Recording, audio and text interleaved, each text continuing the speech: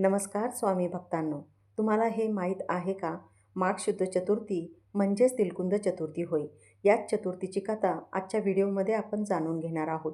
ही कथा केवळ भक्तीची नाही, तर श्रद्धेच्या परीक्षेची आणि बाप्पाच्या अफाट अशा कृपेची गाथा आहे.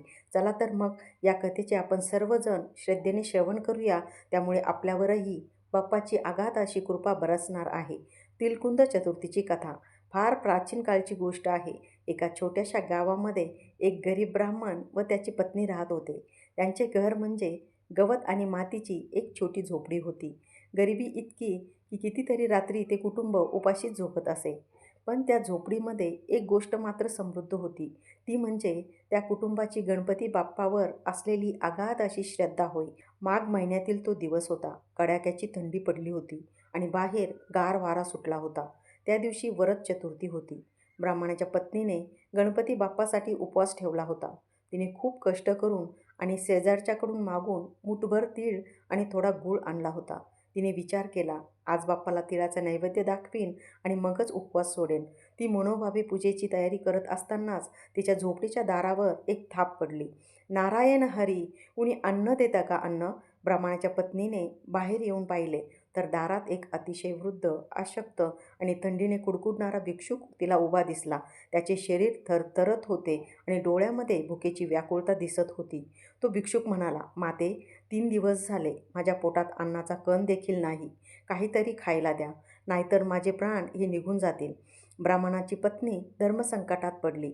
घरात बाप्पाच्या नैवेद्यासाठी ठेवलेल्या त्या मूठभर तिळाशिवाय तिच्याकडे त्याला द्यायला काहीच नव्हते. जर ते भिक्षुकाला दिले तर बाप्पाला काय नैवेद्य दाखवायचा, आणि जर नाही दिले तर दारात आलेला अतिथी हा उपाशीच निघून जाणार. पण तिचे मन तिला आतून साक्ष देत होते, अतिथी देवो भव. तिने मनोमन गणपती बाप्पाचे स्मरण केले आणि म्हणाली, बाप्पा, तूच तर या भिक्षुकाच्या रूपात घरी आला नाहीस ना? तिने ते तीळ आणि गूळ एकत्र कुटले, त्याचा एक सुवासिक गोळा तिलकुंद बनवला आणि मोठ्या आनंदाने त्या वृद्ध भिक्षुकाच्या हातावर ठेवला. भिक्षुकाने तो तिळाचा गोळा तोंडात टाकताच त्याच्या चेहऱ्यावर एक विलक्षण असे तेज आले. अचानक त्या झोपडीमध्ये एक प्रकाश पसरला. पाहता पाहता तो वृद्ध भिक्षुक अदृश्य झाला आणि त्याच्या जागी प्रत्यक्ष चतुर्भुज श्री गणेश प्रकट झाले. बाप्पा हसून म्हणाले, भले ग पोरी, तू स्वतः उपाशी राहून माझी पर्वा न करता एका भुकेल्याची भूक भागवलीस. तुझी ही सेवाच माझी खरी पूजा आहे. बाप्पाने आपल्या हातातील अंकुशाने जमिनीवर प्रहार केला. काय आश्चर्य! त्या छोट्याशा झोपडीचे रूपांतर एका सुंदर अशा वाड्यामध्ये झाले. गरिबाची रिकामी भांडी सोन्या नाण्यांनी आणि धान्यांनी ओसंडून वाहू लागली. बाप्पाने आशीर्वाद दिला, आजपासून जो कुणी या दिवशी तिळाचे दान करेल आणि माझा हा तिलकुंद नैवेद्य भक्तीने अर्पण करेल, त्याच्या घरी अन्नाचा आणि सुखाचा कधीही तुटवडा पडणार नाही. ही कथा आपल्याला शिकवते की देव सोन्याच्या दागिन्यांनी किंवा मोठ्या नैवेद्याने प्रसन्न होत नाही, तर तो आपल्या देण्याच्या वृत्तीने प्रसन्न होतो. म्हणूनच या दिवशी तिळाला सोन्यासारखे महत्त्व प्राप्त झाले आहे. ओम गण गणपते नमः.